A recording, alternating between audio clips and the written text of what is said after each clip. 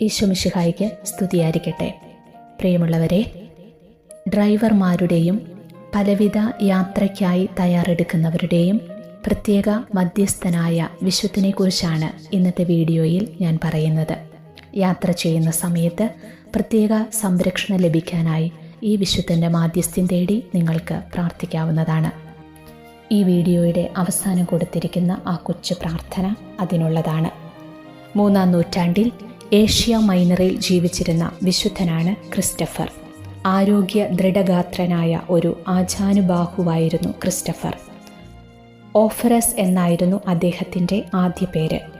ഏറ്റവും ശക്തനായ യജമാനനെ സേവിക്കാൻ ആഗ്രഹിച്ചിരുന്ന ക്രിസ്റ്റഫർ സാത്താനെയാണ് ആദ്യകാലങ്ങളിൽ സേവിച്ചിരുന്നത്.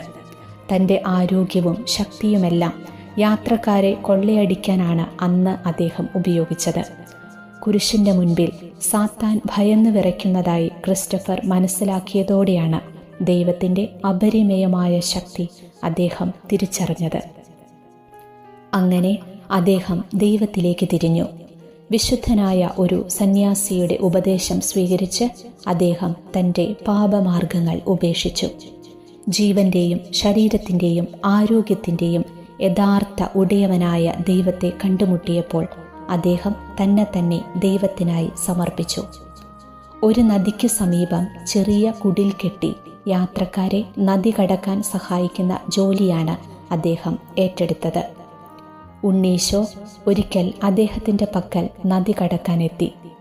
ഈ കുട്ടിയെയും തോളിൽ വഹിച്ചുകൊണ്ട് നദി കടക്കുന്ന വേളയിൽ കുട്ടിയുടെ ഭാരം ക്രമാതീതമായി വർദ്ധിച്ചെന്നും ലോകത്തിൻ്റെ മുഴുവൻ ഭാരം വഹിക്കുന്നത് പോലെയാണ് തനിക്ക് അനുഭവപ്പെട്ടതെന്ന് ക്രിസ്റ്റഫർ കുട്ടിയോട് പറഞ്ഞെന്നും അദ്ദേഹത്തിൻ്റെ ജീവിതകഥയിൽ പറയുന്നു.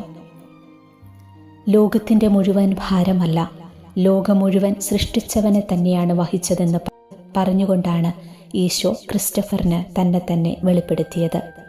നദിയുടെ മറുകര ചെല്ലുമ്പോൾ കയ്യിലുള്ള വടി അവിടെ നാട്ടണമെന്നും അത് ഫലം പുറപ്പെടുവിക്കുമെന്നും ഈശോ ക്രിസ്റ്റഫറിനോട് പറഞ്ഞു. അതനുസരിച്ച് വടി മറുകരയിൽ നാട്ടിയപ്പോൾ അത് പൂവും ഫലങ്ങളും പുറപ്പെടുവിച്ചു. ഇന്നത്തെ തുർക്കിയുടെ ഭാഗമായ ലൈസിയായിൽ AD 251 അടുത്ത കാലഘട്ടത്തിൽ അദ്ദേഹം രക്തസാക്ഷിത്വം വരിച്ചു. ക്രിസ്തീയ വിശ്വാസം സ്വീകരിച്ചതിൻ്റെ പേരിൽ ചക്രവർത്തിയായ ഡെസിയസിൻ്റെ നിർദ്ദേശപ്രകാരമാണ് ക്രൂരമായ പീഡനങ്ങൾക്ക് ശേഷം അദ്ദേഹത്തെ ശിരച്ഛേദം ചെയ്തത്. ക്രിസ്തുവിനെ വഹിക്കുന്നവനെന്നർത്ഥമുള്ള പേരിൻ്റെ ഉടമയായ വിശുദ്ധ ക്രിസ്റ്റഫർ യാത്രക്കാരുടെ പ്രത്യേക മധ്യസ്ഥനായാണ് വണങ്ങപ്പെടുന്നത്. യാത്രക്കാരെ കൊള്ളയടിച്ചിരുന്ന ആളിൽ നിന്ന് യാത്രക്കാരുടെ മധ്യസ്ഥനായി മാറിയ അദ്ദേഹത്തിൻ്റെ ജീവിതകഥ ദൈവസ്നേഹത്തിൻ്റെ അനന്ത സാധ്യതകളെക്കുറിച്ച് നമ്മെ ഓർമ്മിപ്പിക്കുന്നു. ഉണ്ണീശോയെ തോളിലേന്തി നദി കടന്നതുമായി ബന്ധപ്പെട്ട സംഭവമാണ് അദ്ദേഹത്തെ യാത്രക്കാരുടെ മധ്യസ്ഥനാക്കി മാറ്റിയത്. അതിനാൽ യാത്രകളിൽ വിശുദ്ധ ക്രിസ്റ്റഫറിൻ്റെ മാധ്യസ്ഥ്യം തേടിയുള്ള പ്രാർത്ഥന എന്നും ആളുകൾ ഉപയോഗിക്കുന്നുണ്ട്. അത്തരത്തിൽ യാത്രയ്ക്കിടെ കുടുംബാംഗങ്ങളുടെയും പ്രിയപ്പെട്ടവരുടെയും നമ്മുടെ തന്നെയും സംരക്ഷണത്തിനായി വിശുദ്ധനോട് മാധ്യസ്ഥ യാചിച്ചുകൊണ്ടുള്ള ഒരു പ്രാർത്ഥനയാണ് ഇനി ഞാൻ പറയുന്നത്.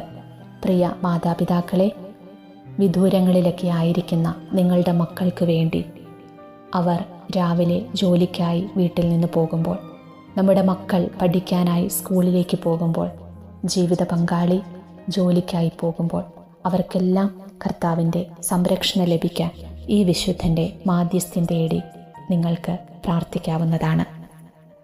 പ്രാർത്ഥന ഇങ്ങനെയാണ്. പ്രിയ വിശുദ്ധ ക്രിസ്റ്റഫർ, ഇന്ന് ഞാൻ നടത്തുന്ന യാത്രകളിൽ പാതകളിൽ എന്നെയും എൻ്റെ പ്രിയപ്പെട്ടവരെയും സംരക്ഷിക്കണമേ. അപകടം സമീപസ്ഥമാണെങ്കിൽ അങ്ങ് അടയാളം നൽകുകയും അങ്ങനെ വാഹനം നിർത്തി ആ അപകടത്തെ അതിജീവിക്കുവാനും ഞങ്ങൾക്ക് കഴിയുമാറാകട്ടെ. എൻ്റെ ഒപ്പമായിരിക്കുകയും മങ്ങിയ കാഴ്ചകളിൽ നിന്ന് എന്നെ അകറ്റുകയും നയിക്കുകയും ചെയ്യണമേ. ഉണ്ണീശോയെ ചേർത്തു പിടിച്ച് ലക്ഷ്യസ്ഥാനത്തേക്ക് കൊണ്ടുപോയതുപോലെ എന്നെയും അങ്ങ് ചേർത്തു പിടിക്കുകയും സുരക്ഷിതമായി ലക്ഷ്യസ്ഥാനത്തേക്ക് എത്തിക്കുകയും ചെയ്യണമേ. ആമേൻ.